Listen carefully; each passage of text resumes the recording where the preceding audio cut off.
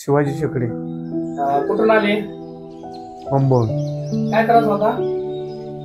मला चमक चमक निघत होती कुठं? खावट्यामध्ये. कधीपासून त्रास होता ते? 6 महिन्यापासून. वर्ष जवळ 1 वर्ष. वर्ष झालंय. कुठं कुठून आले? कुठं कुठं दाखिला?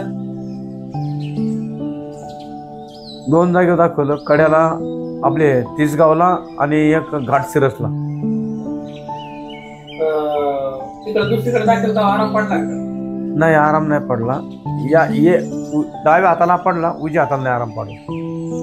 आता आपलं ट्रीटमेंट चालू आहे. किती दिवस झाले ट्रीटमेंट घेऊन आपलं? 1 महिना 2 महिने होत आले जवळ. किती आराम आहे तुम्हाला? जवळजवळ 12 ने आराम झाला. 12 ने. आता कसं वाटतंय? औषध खाल्ले ते काय? नाही, औषध नाही खाल्ले.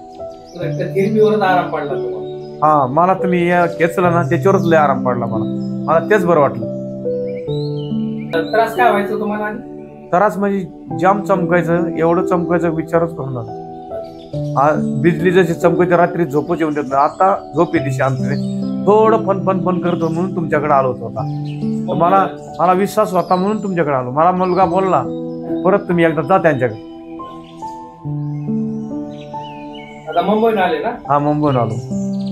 दुसऱ्या पेशंट साठी काय बोलू शकता? कसं आहे ट्रीटमेंट? कसं नाही, मी दुसरं पण एक पेशंट आमच्या गावातलं बघितलं होतं. त्याला सांगितलं कड्याला डॉक्टर आहेत त्यांच्याकडे जा, तुला एकदम मला गुण आला, एकदम भारी होईल.